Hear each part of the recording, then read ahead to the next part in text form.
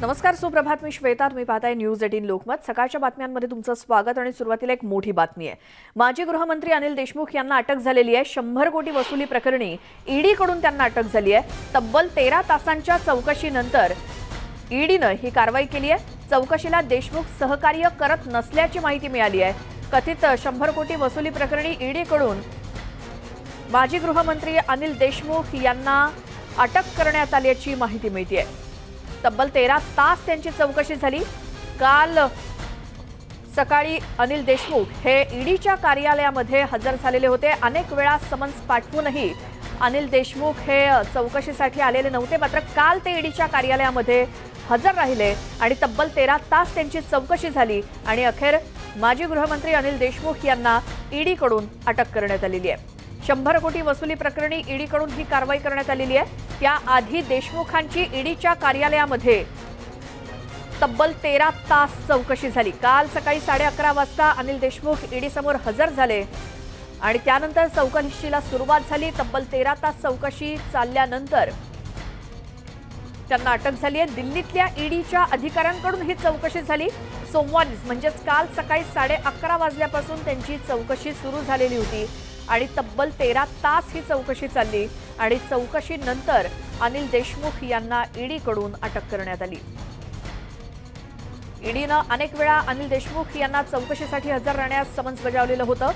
मार्च 2021 मध्ये तर 5 एप्रिलला अनिल देशमुख यांनी राजीनामा दिला, ज्यावेळेला त्यांच्यावरती आरोप झाले.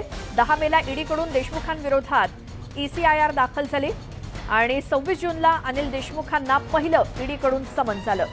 29 जूनला दुसरं समन्स मिळालेलं होतं अनिल देशमुख यांना आणि 5 जुलैला अनिल देशमुखांना ईडीचं तिसरं समन्स मिळालं होतं. 16 जुलैला चौथं समन्स बजावण्यात आलं होतं. 17 ऑगस्टला अनिल देशमुखांना 5वा समन्स बजावण्यात आलं होतं आणि 2 सप्टेंबरला अनिल देशमुख यांनी याचिका केलेली होती. 29 ऑक्टोबरला न्यायालयानं अनिल देशमुख यांची याचिका फेटाळली आणि काल 1 नोव्हेंबरला अनिल देशमुख ईडी समोर अखेर चौकशीसाठी हजर झाले आणि 2 नोव्हेंबरला अनिल देशमुख यांना ईडीकडून अटक करण्यात आल्याची माहिती मिळाली आहे. तर हे संपूर्ण प्रकरण काय, तर सचिन वाझेच्या अटकेनंतर हा सगळा बराच गदारोळ निर्माण झाला. मुंबई पोलीस आयुक्तांची सुद्धा या प्रकरणामुळे उचलबांगडी झाली. परमबीर सिंग होते त्यावेळी आणि त्यांना पदावरून हटवण्यात आलं. सिंग यांच्या तपासामध्ये चुका झाल्याचा ठपका ठेवण्यात आला आणि परमबीर सिंग यांनी देखील एक लेटर बॉम्ब टाकलेला होता. त्यावेळी ते प्रकरण गाजलं. माजी गृहमंत्री अनिल देशमुख यांच्यावरती गंभीर आरोप करण्यात आले आणि अनिल देशमुखांनी वसुलीचं टार्गेट दिलं असल्याचं त्यामध्ये म्हटलं. 100 कोटींच्या वसुलीचं हे टार्गेट होतं आणि याच प्रकरणी अनिल देशमुख यांना आपल्या पदाचा राजीनामा देखील द्यावा लागला आणि त्यानंतर त्यांची चौकशी काल झाली. आमच्या प्रतिनिधी सुस्मिता भदाणे आपल्यासोबत आहेत. थेट जाऊयात. सुस्मिता, काल सकाळी 11:30 पासून 13 तासांची चौकशी झाली. अनिल देशमुखांना अटक किती वाजता झाली? खरं तर काल आपण बघितलं साधारणपणे 12 वाजताच्या दरम्यान अनिल देशमुख हे ईडी कार्यालयात स्वतः उपस्थित झाले होते. त्यानंतर त्यांचे वकील जे आहे इंद्रपाल सिंग हे सुद्धा त्यांच्या सोबत होते. रात्री 1 वाजताच्या दरम्यान त्यांना अटक करण्यात आली. आज आपण जर बघाल तर अनिल देशमुख हे काय बोलले आहेत किंवा त्यांची चौकशी कशी झाली याविषयीची सगळी माहिती न्यायालयात सादर केली जाईल. साधारणपणे 10 वाजता मेडिकलसाठी त्यांना बाहेर नेण्यात येईल हॉस्पिटलमध्ये. त्यानंतर साधारणपणे 11 वाजताच्या दरम्यान त्यांना न्यायालयामध्ये उपस्थित केलं जाईल. खरं तर रात्री 3 वाजताच्या दरम्यान त्यांचे वकील इंद्रपाल सिंग हे ईडी कार्यालयातनं बाहेर पडलेले होते. दिल्लीवरनं देखील ईडीचे काही अधिकारी इथे पोहोचलेले होते, ज्यामध्ये ईडी कार्यालयामध्ये ईडीचे जॉईंट डायरेक्टर सत्यवत कुमार हे दिल्लीतनं उपस्थित झालेले होते. त्यामुळं ज्या पद्धतीनं 100 कोटीच्या वसुलीचा आरोप परमबीर सिंग यांनी केलेला होता, सचिन वाझे प्रकरण चव्हाट्यावरती आलं होतं, त्यानंतर अनिल देशमुख यांच्यावरती 100 कोटीच्या वसुलीचा आरोप थेटपणे लावण्यात आलेला होता. त्यानंतर ते काही दिवस अनेकदा ईडीने समन्स देऊन सुद्धा ईडीच्या कार्यालयामध्ये उपस्थित नव्हते. परंतु काल ज्या पद्धतीनं सगळ्या घडामोडी घडल्या त्यामध्ये त्यांनी स्वतःहून ते समोर आले. माध्यमांशी त्यांनी त्यांची एक प्रतिक्रिया सुद्धा व्हिडिओच्या मार्फत नोंदवलेली होती. आज कोर्टामध्ये काय होतं हे बघणं महत्त्वाचं आहे, कारण त्यांचे वकील हे जामिनासाठी सुद्धा प्रयत्न करू शकतात. जी. आणि कालचा संपूर्ण घटनाक्रम होता, अगदी म्हणजे 11:30 वाजल्यापासून चौकशी सुरू झाली. त्यानंतर 13 तास चौकशी झाली. कोणाकोणाकडून म्हणजे दिल्लीतून हे अधिकारी होते चौकशीसाठी. त्यानंतर आता जसं तू म्हणालीस सुस्मिता की आता त्यांच्याकडून जामिनासाठी सुद्धा प्रयत्न केले जातील. त्यामुळे आज किती वाजता त्यांना न्यायालयात हजर केलं जाईल आणि त्यानंतर पुढचे प्रयत्न काय होतील त्यांच्याकडून, त्यांच्या वकिलांकडून?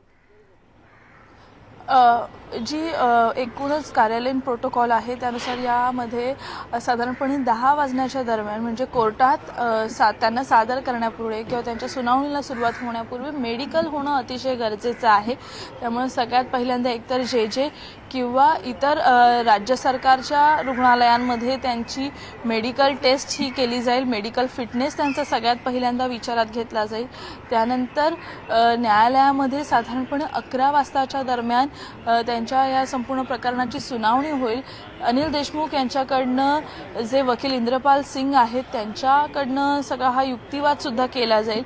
ईडी देखील या संपूर्ण प्रकरणामध्ये त्यांनी आतापर्यंत जी काही चौकशी केलेली आहे, जे काही पुरावे त्यांच्या हाती आलेले आहेत त्याचा फॉरेन्सिक एव्हिडन्स म्हणून किंवा एक प्रायमरी सोर्स म्हणून त्याचे सगळे पुरावे सादर करेल आणि त्यानंतर अनिल देशमुख यांच्याबद्दल न्यायालयामध्ये काय निर्णय होतोय, कशा पद्धतीने युक्तिवाद होतो हे बघणं महत्त्वाचं आहे. कारण अजूनही परमबीर सिंग हे बेपत्ता आहेत. त्यांचे ते कुठे आहेत याविषयीची स्पष्ट माहिती जरी सुस्मिता थोडंसं थांबवते आपल्याला, कारण आपल्यासोबत आता भाजपचे नेते किरीट सोमय्या फोन लाईन वरती जोडले गेलेत.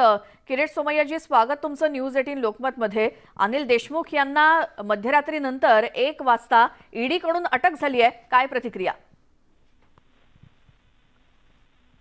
8 महिन्याचा संघर्षता शेवटी कन्क्लुडिंग एक चांगलं कन्क्लुजनवर आपण पोहोचलो. ज्या पद्धतीने गेल्या 23 महिन्यात ठाकरे पवार सरकारने महाराष्ट्रात लूटमार चालवली आहे आणि बेशरम निर्लज्ज पद्धतीने काही ना काय समीर वानखेडे सारखं काही दुसरे असे इव्हेंट मॅनेजमेंट सिस्टम द्वारा डायव्हर्ट करायचे प्रयत्न करत राहायचे. अनिल देशमुखला 8 महिने 4 महिने उद्धव ठाकरे शरद पवारांनी लपून ठेवलं होतं आणि आता शेवटी जेलमध्ये जावं लागलं. काही दिवसात अनिल परबची पण हीच अवस्था होणार. बर, ओके जी. किरीटजी, आणि तुम्ही सातत्यानं त्या संदर्भातले आरोप करत असता किंवा तसे पुरावे देखील सादर करत असता. भ्रष्टाचार उघडकीस आणण्याचा तुमचा प्रयत्न आहे. मात्र आता अनिल देशमुख यांना 5 वेळा समन्स बजावलेलं होतं, तरी ते ईडीच्या अधिकाऱ्यांनी जे सांगितलं ते की ते चौकशीसाठी सहकार्य किंवा चौकशीला सहकार्य करत नव्हते आणि त्यांना अखेर अटक झालेली आहे. त्यामुळे तुमच्या लढ्याला एक प्रकारे यश आलंय. वास्तविकरित्या मी काही वेळी मला दुःख वाटतंय. आरोप शब्द आणि माहिती देणं. मी काल एक यादी तयार केली की मी आतापर्यंत 24 घोटाळे काढले, त्यांना 21 मध्ये ऍक्शन झाली आहे. ऍक्शन म्हणजे कसं, मिलिंद नार्वेकरचा बंगलो तुटला, संजय राऊतला 55 लाख परत द्यावे लागले, अनिल परबचं कार्यालय तोडण्याचा आदेश झाला, अनिल परबचा रिसोर्ट इल्लीगल आहे महाराष्ट्र सरकारने घोषित केलं. म्हणजे हे सगळे पुरावे आहेत. अनिल देशमुखच्या विरोधात पुरावा सुरुवात बरं परमवीर सिंगच्या मुळे झाली, 100 कोटी रुपये. आता परमवीर सिंगला पण आपण यांनी हे सांगितलं हा भारतीय जनता पार्टीचा कार्यकर्ता आहे, याला निर्लज्जपणा म्हणतात. परमवीर सिंगला अपॉइंट शरद पवारांनी केलं होतं. अनिल देशमुखला नियुक्ती त्याची शरद पवारांनी केली होती. ठाकरे सरकारने केली होती. आता ह्या सचिन वाड्यात शिवसेनेचा प्रवक्ता, अधिकृत प्रवक्ता प्रदीप शर्मा शिवसेनेचा उमेदवार 2019चा, हो. म्हणजे उद्धव ठाकरे आणि शरद पवारांनी सत्तेवर आल्याबरोबर म्हणजे काय फक्त आणि फक्त पैसा, कोविड मध्ये किती करप्शन केलं या लोकांनी. तर केव्हा तरी आपण म्हणतो ना शिशुपालाचं पण 100 पाप नंतर तर ही आता या घोटाळेबाज सरकारची काउंटडाऊन सुरू झालेला आहे. किरीट सोमय्याजी, या पुढचा तुमचा प्लान काय आता? माझा प्लान तर मी फार स्पष्ट सांगितलंय. 31 डिसेंबर पर्यंत आतापर्यंत 24 घोटाळे बाहेर काढले. 24च्या 24 मध्ये कारवाई झाली आहे. एक पण घोटाळ्याचे डॉक्युमेंट खोटे सिद्ध झालेले नाहीये. अलिबाबा 40 स्टोरचं सरकार आहे. उरलेले 16 घोटाळे 31 डिसेंबर पर्यंत काढणार. इन्व्हेस्टिगेशन एक्शन सुरू होणार आणि दिवाळीनंतर 3 मंत्री 3 जावई हे मी सांगितलं होतं. पण एका जावयात कालच मी डिक्लेअर केली सगळी माहिती. म्हणजे दिवाळीनंतर 5 आठवड्यात दर आठवड्यात एक घोटाळा बाहेर येणार. बरं, किरीट सोमय्याजी, धन्यवाद. तुम्ही न्यूज 18 लोकमतशी बोललात. तर त्यांनी स्पष्ट सांगितलंय एकतर ठाकरे सरकारमधल्या घोटाळेबाजांची यादीच तयार आहे आणि आता दिवाळीनंतर तर प्रत्येक आठवड्याला एक अशा 3 जण आणि 3 जावई अशी नावं उघडकीस आणणार आहे आणि त्यांच्यावरती देखील कारवाई होईल अशी किरीट सोमय्या यांना अपेक्षा आहे. त्यामुळे आता बघूयात दिवाळीनंतर किरीट सोमय्या काय बॉम्ब टाकतात. तर अखेर अनिल देशमुख यांना अटक झाली आणि देशमुख यांना गृहमंत्री कोणी केलं, वसुली करणारे 2 अनिल कोण याची चौकशी व्हावी आणि त्यांनाही अटक केली जावी अशी मागणी केली आहे भाजपचे आमदार अतुल भातखळकर यांनी. अखेर अनिल देशमुखांना अटक झाली. वसुली कांड प्रकरणातील ही पहिली अटक असली तरी ही प्याद्याची अटक आहे. अनिल देशमुखांना गृहमंत्री कोणी केलं, त्यांच्याबरोबर आणखीन अनिल कोण होतं आणि हे दोन्ही अनिल मिळून आपला वाटा कोणाला द्यायचे याचे सुद्धा छडा लावण्याची आवश्यकता आहे. आणि मला पूर्ण खात्री आहे येणाऱ्या काळात सीबीआय आणि ईडी या केवळ 2 अनिलवर न थांबता त्यांचे जे मास्टर माइंड्स आहेत त्यांनाही शोधतील आणि त्यांच्यापर्यंत पोहोचलेल्या पैशाचा शोध घेऊन त्यांच्यावर सुद्धा कारवाई करतील आणि या भ्रष्टाचाराची जी कीड महाभकास आघाडी सरकारने लावलेली आहे ती नष्ट करण्याकरता एक मोठं पाऊल उचललं जाईल. तर अनिल देशमुखांच्या अटकेवरती नितेश राणेंनी सुद्धा खोचक ट्विट करून टोला लगावलाय. अनिल देशमुख हॅपी दिवाळी, अनिल परब मेरी ख्रिसमस, खास धन्यवाद नवाब मलिक आणि संजय राऊतांना, असं एक खोचक ट्विट नितेश राणे यांचं. देशमुखांच्या अटकेवर नितेश राणेंनी केलेलं ट्विट, त्यामध्ये ते म्हणतायत अनिल देशमुख हॅपी दिवाळी आणि अनिल परब मेरी ख्रिसमस. त्यामुळे भाजपच्या या नेत्यांकडून आता एक शक्यता वर्तवली जाते की अनिल देशमुख यांना त्यांनी हॅपी दिवाळी म्हणून विश केलंय, उपहासात्मक आणि खोचक ट्विट केलंय आणि पुढे त्यांनी अनिल परब यांचं नाव लिहिलंय आणि पुढे मेरी ख्रिसमस आणि प्रश्नचिन्ह. यामधून नितेश राणे यांना काय सूचित करायचंय आपण अंदाज लावू शकतो. आणि खास धन्यवाद नवाब मलिक आणि संजय राऊतांना, असं देखील नितेश राणेंनी आपल्या ट्विटमध्ये म्हटलंय. एक छोटासा ब्रेक घेऊन आपण इतरही घडामोडी पाहूयात. पाहत राहा सकाळच्या बातम्या.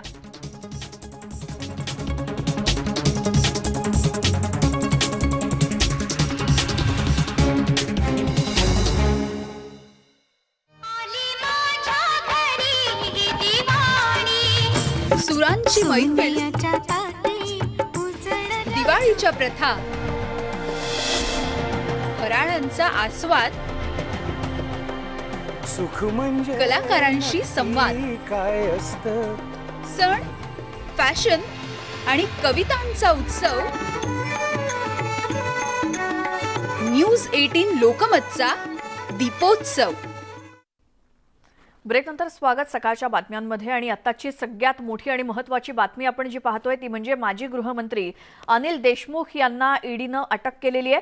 100 कोटी वसुलीच्या आरोपावरून ही अटक झाली आहे. ईडीनं मध्यरात्रीनंतर 1 वाजता अनिल देशमुख यांना अटक केली.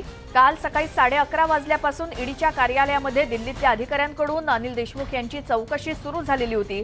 तब्बल 13 तास ही चौकशी चालली आणि अनिल देशमुख हे ईडीच्या चौकशीला सहकार्य करत नाहीत असं ईडीच्या अधिकाऱ्यांचं म्हणणं आहे.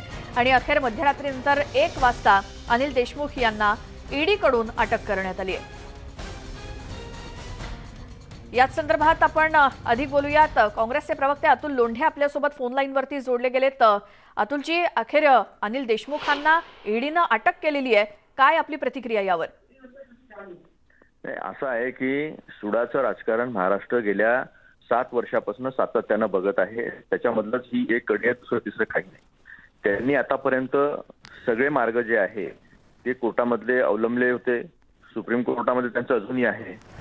शेवटी ते ईडीच्या समोर उभे झाले.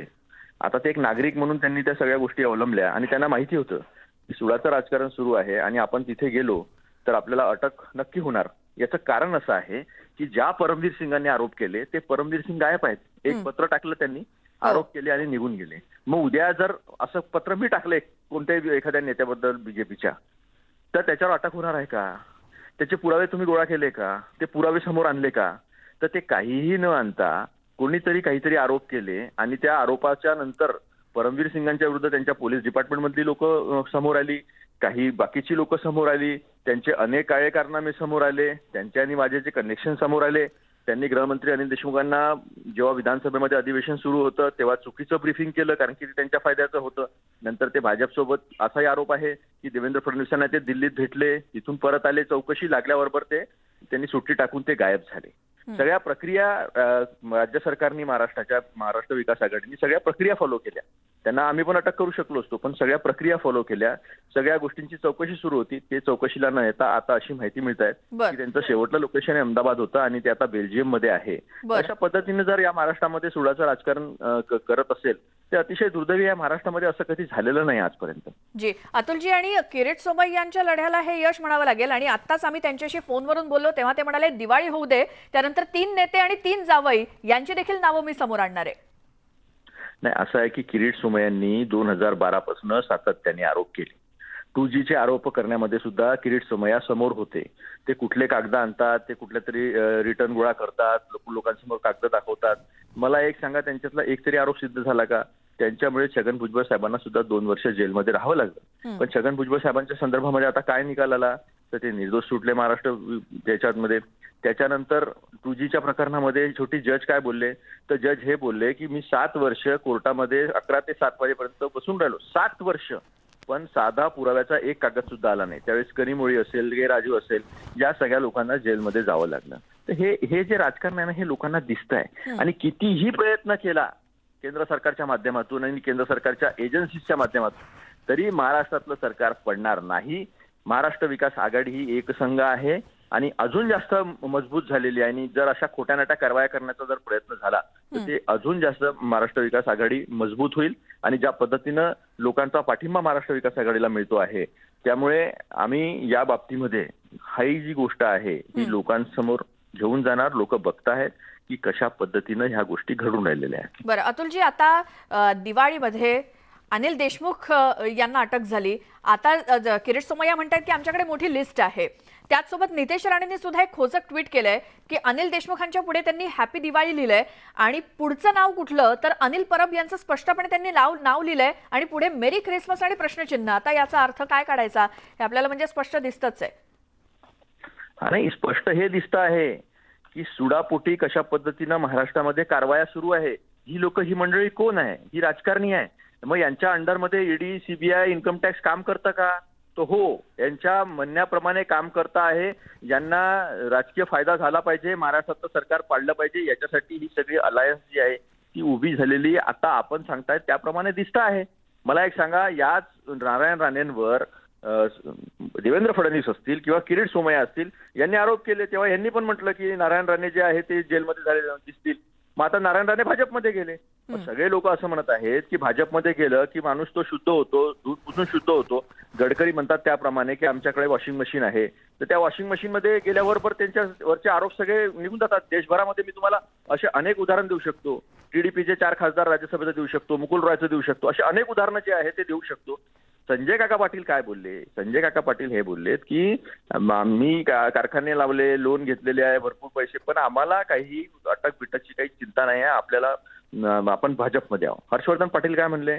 आपल्याला छान झोप येते, आपण भाजपमध्ये आपल्यावर काही रेडबीड होणार नाही. बरं. तर हा जो राजकीय वापर आहे संस्थांचा, हा अतिशय स्पष्टपणे दिसतो आहे.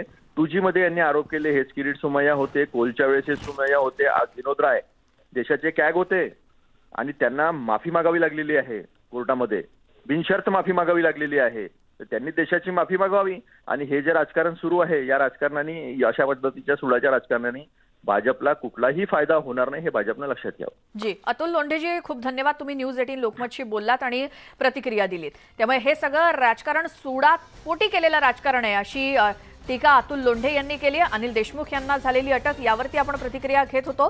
त्यामुळे संस्थांचा गैरवापर हा भाजपकडून सुरू आहे आणि हे सुडापोटी केलेलं राजकारण आहे, अशी टीका आता महाविकास आघाडी सरकारच्या नेत्यांकडून किंवा प्रवक्त्यांकडून आता होऊ लागलेला आहे. या संदर्भातले सगळे अपडेट आपण घेत राहूच. मात्र तुर्तास वेळ झाली आहे सकाळच्या बातम्यांमध्ये इथेच थांबण्याची. पाहत राहा न्यूज 18 लोकमत.